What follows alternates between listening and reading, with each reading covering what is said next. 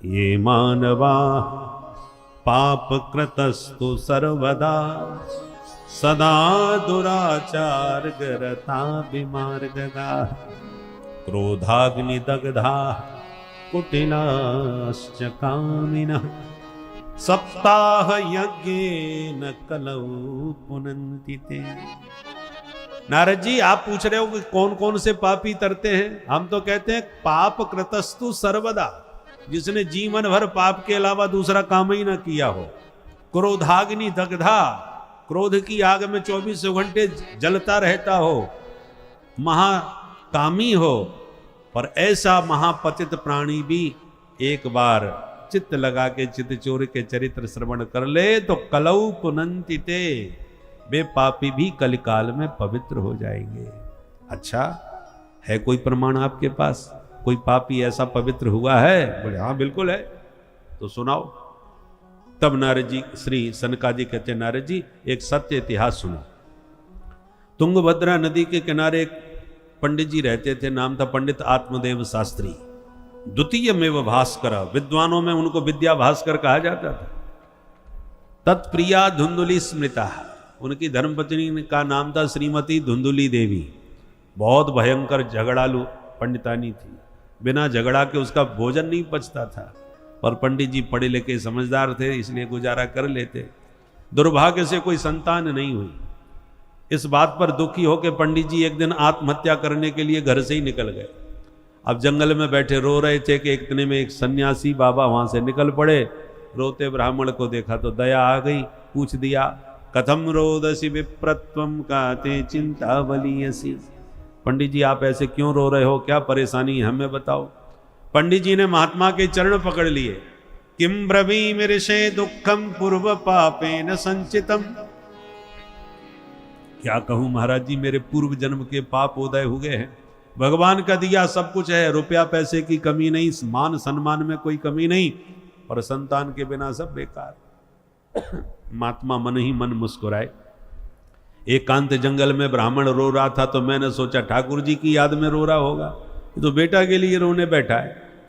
तो महात्मा समझाने लगे, मुंचा ज्ञानम प्रजारूपम बलिष्ठा कर्मणो गति विवेकम तो समासाद्य त्यज संसार वासना। सुनो पंडित जी, ये मूर्खता अपने मन से निकाल दो कि बेटा होने से मैं सुखी हो जाऊंगा। ये सबसे बड़ा भ्रम है। संतान से यदि कोई सुखी होता तो जो कुत्ते और सूगर होते हैं, एक एक दर्जन बच्चे होते हैं, क्या सुख मिलता है उन्हें? संतान से सुख होगा, ये बहुत बड़ा भ्रम है। राजा सगर के तो 60,000 बच्चे हो गए थे। कपिल भगवान का अपमान करके सबके सब मर गए। कई पीढ़ियों को तपस्या करके गंगा जी को लाना पड़ा, तब उनका उद्धार हुआ। इसलिए इस भ्रम में मत रहो कि संतान से तुम सुखी हो जाओगे। तो सुख काय में मिलेगा? बोले संन्यासे सर्वथा सुखम। हमारे साथ सन्यासी बन के चलो, फिर देखो जिंदगी का क्या आनंद है। सब संत सुखी विचरंत मही, मस्ती में चलेंगे, घूमेंगे। पंडित जी भी पढ़े लिखे तो थे, हाथ जोड़ के बोले सुनो महाराज जी, तुम बाबा बैरागी क्या समझो संतान का सुख क्या होता है। अरे छोटे छोटे बच्चे जब गोद में खेलते हैं, पापा पापा करके तोतली वाणी में बोलते हैं, कान में रसगुल्ला सा रस भर जाता है। सन्यासी का कोई जीवन होता है? बीमार दुखी हो जाए तो पड़ा रहे, कोई पूछने वाला नहीं है पानी को। हमको देखो गृहस्थों को, नेक जुकाम भी हो जाए, छींक भी आ जाए तो पत्नी तुरंत गर्मा गर्म चाय बना के ले आती है। इसलिए माफ करना महाराज, आप हम लोगों के आनंद को समझोगे नहीं तो बाबा बैरागी ठहरे। पुत्रादि सुखहीनोयम संन्यासः शुष्क एव ही गृहस्थ सरसो लोके पुत्र पौत्र समन्वितः। गृहस्थों के जीवन का आनंद ही कुछ और होता है महाराज जी, आप नहीं समझोगे। आप मुझे प्रवचन न दो महाराज जी, बस आशीर्वाद दो कि बेटा हो जाए। महात्मा जी समझ गए इस पर बेटे का भयंकर भूत चढ़ा हुआ है। तो बोले सुनो पंडित जी, हम बोलना नहीं चाहते थे, हम थोड़े ज्योतिष के भी जानकार हैं। तुम्हारे माथे की रेखा पढ़ करके ये गारंटी से कह सकते हैं, सप्त जन्मावधि तब पुत्रो नैवच नैवच, 7 जन्म तक तुम्हें कोई संतान नहीं हो सकती, तुम्हारे माथे में संतान योग है ही नहीं। इतना सुनते ही पंडित जी को ऐसा धक्का लगा कि जोड़ से धरती में सिर पटक दिया। महात्मा डर गए, पंडित जी क्या कर रहे हो भैया, मर जाओगे। पंडित जी बोले महाराज मैं तो मरने के लिए ही निकला था घर से, आप दिखे तो मुझे लगा संत मिले हैं तो मेरा कष्ट दूर करेंगे, पर आपने तो 7 गुना और बढ़ा दिया। मैं तो इसी जन्म के लिए रो रहा था, आपने 7 जन्म की सुना दी। अब मेरे कपाल में क्या लिखा है मुझे नहीं मालूम, पर आपने मुझे बेटा नहीं दिया तो ठीक नहीं होगा। बाबा जी बोले ठीक नहीं होगा का क्या मतलब, नहीं दिया तो क्या करोगे? बोले महाराज अभी सिर पटक करके आपके चरणों में कपाल क्रिया कर लूंगा अपनी, नोचे त्यजाम्य हम प्राणास्तदग्रे शोक मूर्छितः, मर जाऊंगा आपके चरणों में, मैं तो मर के जाऊंगा पर आपको ब्रह्म हत्या लगेगी महाराज। अब बाबा जी की धड़कन तेज हो गई, हे भगवान कछु लेना ना देना मगन रहना, अपनी मस्ती में जा रहे थे, अच्छी राम राम हो गई, ये तो मेरे को ब्रह्म हत्या लगा रहा है। सुनो पंडित जी हमको जाने दो, फिर तुम्हें जो मर्जी आवे सो करो। पंडित जी बोले नहीं नहीं त्वदग्रे, जो कुछ करूंगा तुम्हारे सामने करूंगा महाराज, बेटा तो तुम्हें देना पड़ेगा। महात्मा जी समझ गए, नहीं दिया तो निश्चित ये मर जाएगा, पर दूं तो कहां से दूं, इसके भाग्य में है ही नहीं। चलो इस समय इनसे पिंड छोड़ाना चाहिए, जैसा होगा ठाकुर जी की मर्जी। बगल में से महात्मा ने एक फल निकाल करके पंडित जी के हाथ में थमा दिया और बोले इदम भक्ष्य पत्न्या त्वं ततः पुत्रो भविष्यति, ये फल अपनी धर्म पत्नी को खिलाओ, मेरा आशीर्वाद है गारंटी से बेटा होगा। इतना सुन के तो पंडित जी खुशी के मारे नाचने लगे। संत बड़े दयालु होते हैं, मुझे भरोसा था महाराज जी मुझ पर जरूर कृपा करेंगे। और बताओ महाराज क्या क्या करना पड़ेगा? बेटा के लिए मैं कुछ भी करूंगा। महात्मा बोले कुछ नहीं करना है, बस थोड़ा 1 वर्ष तक अच्छे काम करो, पवित्रता से रहो, नियमित अपने संध्या वंदन पूजा पाठ किया करो, दीनों पर दया किया करो, सत्य बोला करो। यदि 1 साल तक तुमने नियम से काम किया तो तेन पुत्रोति निर्मलः, बहुत पवित्र संतान तुम्हें होगी। इतना सुन के साष्टांग प्रणाम करके पंडित जी ने घर को दौड़ लगाई और दूर से ही आवाज लगाते हुए बोले अरे देवी जी देख क्या लाया हूं, जल्दी बाहर आ। पंडितानी भाग के आई, मन में सोच रही हैं धुंधली देवी आज सवेरे से ही गायब हैं, लगता है कोई तगड़ा जजमान मिला है इसलिए कोई अच्छा माल लेके आए हैं, इसलिए इतने जोश में आवाज लगा रहे। भागती हुई आई, क्या लाए हो जी? तो तुरंत फल उसके हाथ पर देते हुए बोले देख कितना सुंदर फल है, फटाफट खा ले। पंडितानी ने खोपड़ी पटकी, हे भगवान, गला फाड़ के तो ऐसे बुला रहे थे जैसे अक्षय तृतीया पर मेरे लिए 9 लखा हार लाए हो। है? मैंने क्या फल नहीं खाए जो एक फल मुझे पकड़ा रहे हो? पंडित जी बोले बाबरी ऐसा वैसा फल नहीं है, बहुत सिद्ध सन्यासी बाबा ने दिया है, सीधे बागेश्वर धाम से लेके आ रहा हूं सन्यासी बाबा से, इसको खाएगी तो गारंटी से बेटा होगा। प्राणों की बाजी लगा दी मैंने, तब जाकर के महात्मा ने ये आशीर्वाद में फल दिया है, अब जल्दी खा ले। पंडितानी धुंधली ठहरी, उसने सोचा मेरे ऊपर जादू टोना करवा रहे निश्चित रूप से किसी बाबा जी के द्वारा, मुझे बस में करने का कोई तंत्र मंत्र होगा। ये फल खाने से तो बेटा बेटी कुछ होते नहीं, और इनको मना करूंगी तो ये जबरदस्ती खिला देंगे। तो तुरंत मुस्कुरा के बोली अच्छा ऐसी बात है तो आप अपना काम करो, मैं अभी नहाऊंगी धोऊंगी पूजा पाठ करूंगी, फिर ठाकुर जी का भोग लगा के पाऊंगी ताकि बच्चा हमारा अच्छा हो। इस ढंग से समझाया कि पंडित जी को समझ में भी बात आ गई, ठीक कह रही है। देवियों को समझाना बहुत जोरदार आता है। पंडित जी को समझ में आ गई, ठीक है नहा धो के खा लेना, पर खाना जरूर। बोले हाँ निश्चिंत रहो महाराज। पंडित जी तो विश्वास करके निश्चिंत हो गए, पर देवी जी फल लेके बैठ गई, खाऊं के ना खाऊं। इतने में पड़ोसन आ गई, धुंधली ये बैठी बैठी क्या सोच रही है? तो पूरी कहानी सुना दी और बोली बहन अब तू बता मुझे ये फल खाना चाहिए कि नहीं। पड़ोसन बोली इसमें इतना सोचने विचारने की क्या बात है? अरे एक महात्मा ने दिया है फल, प्रेम से खा लो, बेटा हुआ तो हुआ, नहीं हुआ तो नुकसान भी कुछ नहीं हुआ, फल ही तो है, कोई दवा तो है नहीं जो नुकसान कर जाएगी। धुंधली बोली वो तो ठीक है बहन, पर मुझे तो बहुत डर लगता है। किस बात का? बोले फल भक्षेण गर्भस्यात् गर्भेणोदर वृद्धिता स्वल्प भक्षम ततो शक्ति गृह कार्यम कथम भवेत्। मैंने फल खा लिया तो मैं पेट से हो जाऊंगी, गर्भवती हो जाऊंगी। तो एक बात बता, आज मैं एक बैठक में सुबह 10 रोटी खा जाती हूँ, शाम को भी खा लेती हूँ, पर जब बच्चा पेट में होगा तो जगह तो कम रह जाएगी, तो कम भोजन नहीं हो जाएगा? स्वल्प भक्षम, कम खा पाऊंगी फिर, और कम खाऊंगी तो कमजोरी हो जा आ जाएगी, और कमजोर हो गई तो बहन, कमजोर को सभी परेशान करते हैं, सब आंख दिखाते हैं। आज मोहल्ले में किसी की हिम्मत नहीं है जो मेरे से आंख उठा के बात कर ले, पर कमजोर पड़ गई तब तो सब मेरे को आंख दिखाएंगी। पड़ोसन बोली ये कोई परेशानी की बात नहीं है, ऐसा कुछ नहीं होता बहन, कोई कमजोरी नहीं आएगी। धुंधली बोली तो मैंने ऐसा भी सुना है कि गर्भवती स्त्री भाग नहीं सकती। पड़ोसन ने कहा तो तुझे कहां दौड़ में हिस्सा लेना है, मत भागना। धुंधली बोली यार घर में ही आग लग गई तो भागना नहीं पड़ेगा क्या? आजकल समय का कोई भरोसा नहीं, कब भागना पड़ जाए। दुनियादारी में वैसे ही बम बारूद बरस रहे, कब कहां लड़ाई छिड़ जाए, कब भगना पड़ जाए। तो दैवाद घाती ब्रजेत ग्रामे पलायत गर्भिणी कथम, दुर्दैव से कोई दुर्घटना घट गई तो मैं कैसे पलायन कर पाऊंगी, कैसे भागू पाऊंगी। पड़ोसिन बोली भगवान से प्रार्थना कर, कहीं कुछ नहीं होने वाला, कुछ महीनों की बात है, सब ठीक होगा बहन, भगवान का नाम लेके खा ले।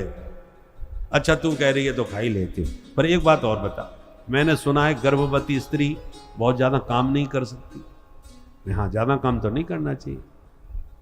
धुंधली बोली काम नहीं करूंगी तो मेरे घर का काम कैसे चलेगा, मेरे यहां कोई नौकर चाकर थोड़ी है, सारा काम अकेली करती हूं।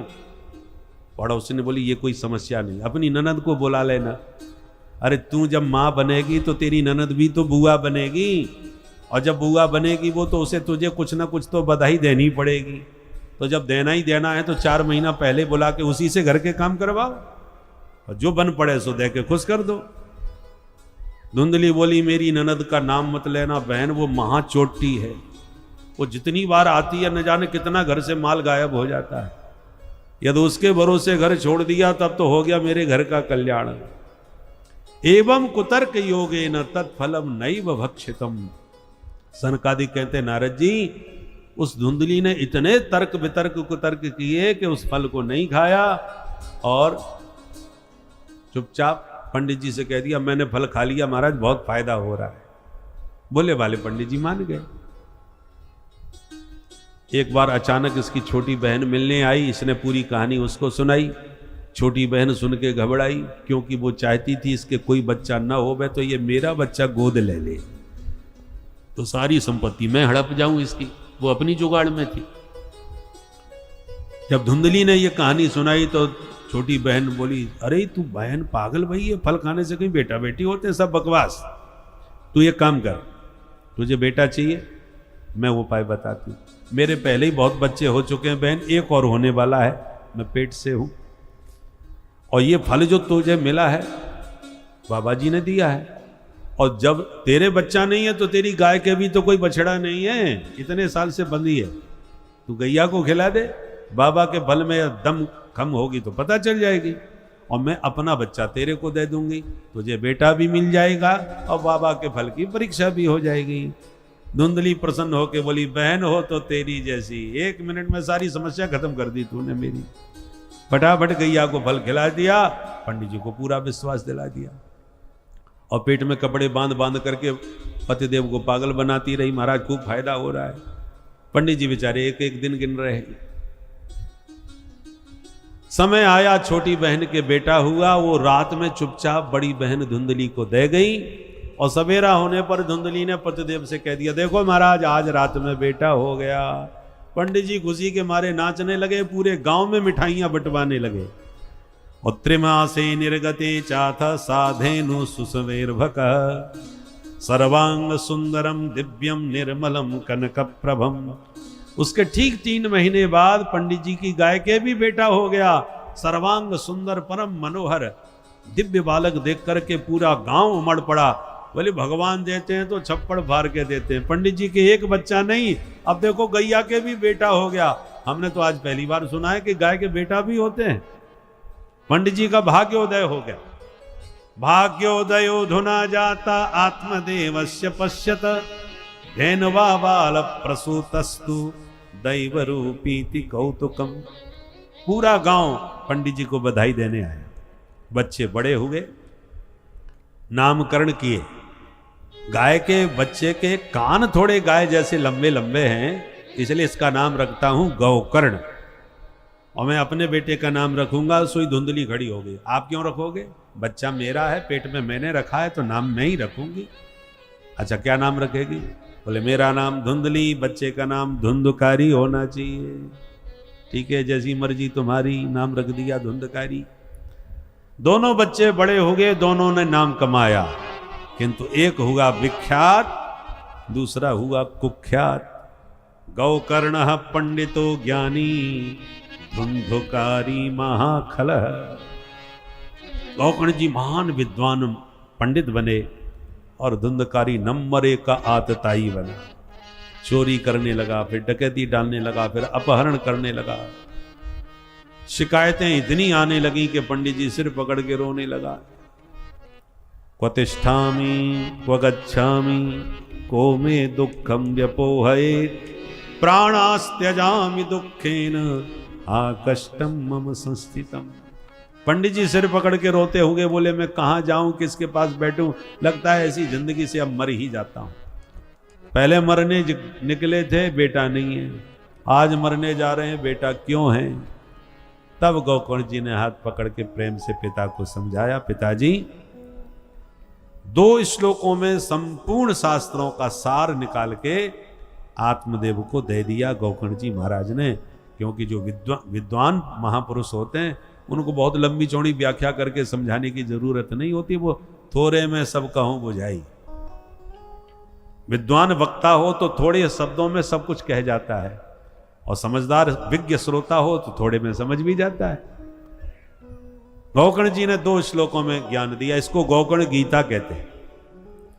देहस्थिमां सरोधरे भीमतिं त्यजत्वं, जाया स्वताद्य सुसदा ममतां विमुञ्च, पश्यानिशं जगदिदं क्षणभङ्गनिष्ठं,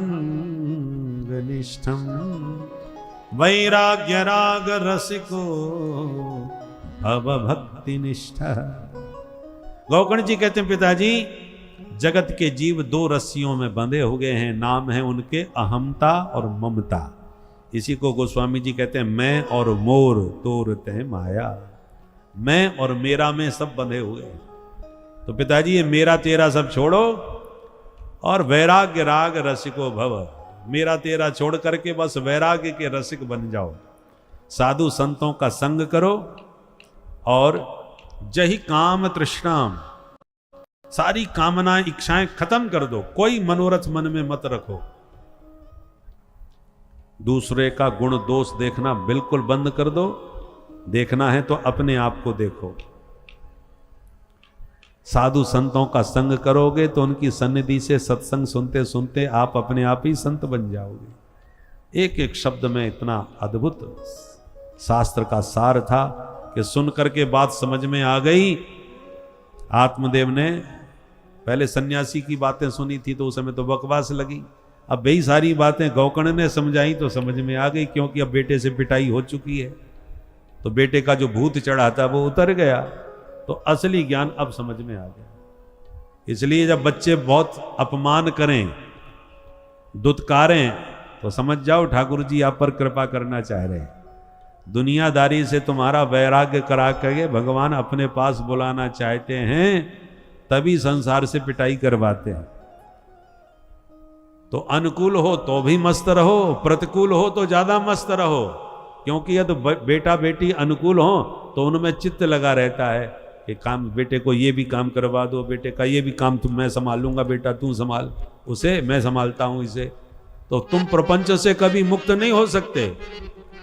सपूत बेटा में चित्त ज्यादा चिपका रहता है, और कपूत हो तो अपने आप वैराग्य होने लगता है। अरे जो करना है करने दो भैया, हम तो चल के 2 रोटी खा लेंगे वृंदावन में, कहीं भी हरिद्वार में जा करके महाराज जी के आश्रम में रह के वहीं भजन करेंगे। क्यों माता, जब हमारी मानता ही नहीं है, सुनता ही नहीं है, हमारी बेइज्जती और करता है समझाने पर, तो क्यों बेइज्जती अपनी करवाएं। अपने आप वैराग्य होने लगता है। तो कपूत बेटा हो तो समझ लो ठाकुर जी की ज्यादा कृपा है, आपको अपनी तरफ खींच रहे हैं। आत्मदेव को बात समझ में आ गई, तुरंत छोड़ छाड़ के भजन करने चले गए। और पिता के जाने के बाद माताजी को मारा पीटा तो धुंधली ने कुआं में गिर के आत्महत्या कर ली। गोकर्ण जी तीर्थ यात्रा करने चले गए। घर में परम स्वतंत्र अकेला धुंधकारी 5 वैश्याओं को घर में लाके बैठा लिया और चोरी का माल उन्हें देने लगा। एक दिन उन्हीं 5 ने मिलकर के रात में सुला दिया, रस्सियों से पलंग में बांध दिया, गला दबा करके भी मरा नहीं तो आगे के अंगारे मुंह में ठूंस दिए और तड़फा तड़फा करके हत्या कर दी धुंधकारी की और गड्ढा खोद के उसी आंगन में दफना दिया। माल लेके 5 गायब। गोकर्ण जी को घटना का पता चला तो गया में जाके श्राद्ध किया। लौट के घर आए, रात में आराम करते समय भेड़ का बच्चा दिखा तो उसे भगाने लगे तो एकदम भैंसा बन गया, फिर हाथी बन गया, फिर मनुष्य बन गया। गोकर्ण जी बोले कौन हो भैया, क्यों डरा रहे हो हमें? परंतु इशारा करता है मैं बोल नहीं पाऊंगा। तब गोकर्ण जी ने हाथ में जल लिया, मंत्र पढ़ के जो मारा तब वह प्रेतात्मा बोल पड़ा, अहम भ्राता त्वदीयोस्मि धुंधुकारीति नामतः स्वकीयेनैव दोषेन ब्रह्मत्वं नाशितं मया। तुम्हारा ही भाई धुंधकारी हूं, मैंने ब्राह्मणत्व को नष्ट कर दिया, महापतित पापी प्रेत बना आज मैं भटक रहा हूं, मेरा उद्धार करो भैया। गोकर्ण जी बोले तुम्हारे बारे में मुझे पता चला इसलिए गया में श्राद्ध करने गया था, तुम फिर भी मुक्त नहीं हुए। धुंधकारी बोला 100 श्राद्ध भी कर लो कुछ नहीं होने वाला, क्योंकि हम नंबर 1 हैं, छोटे मोटे पापी नहीं है। गया के श्राद्धों से कुछ नहीं होने वाला। गया श्राद्ध सतेनापि मुक्तिर्मे न भविष्यति। गोकर्ण जी बोले तो हम कोई दूसरा उपाय करेंगे, इस समय तुम पधारो। धुंधकारी चला गया। प्रातः गोकर्ण जी ने विद्वानों से परामर्श लिया, कोई समाधान नहीं मिला तो सूर्य भगवान से प्रार्थना करी और सूर्य भगवान बोले श्रीमद् भागवतान मुक्ति सप्ताहम वाचनम कुरु। तब गोकर्ण जी ने भव्य आयोजन किया और उस भव्य आयोजन में हजारों श्रोता उपस्थित हुए। जैसी कथा प्रारंभ हुई तो धुंधकारी आ गया और 7 गांठ के पोले बांस में प्रविष्ट होकर कथा सुनने लगा। एक एक दिन की कथा से ग्रंथि चटकती गई।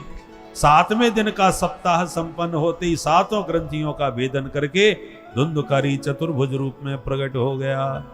बोल भागवत भगवान की। व्यासपीठ को प्रणाम करके भागवत की गौरव गाथा गाने लगा।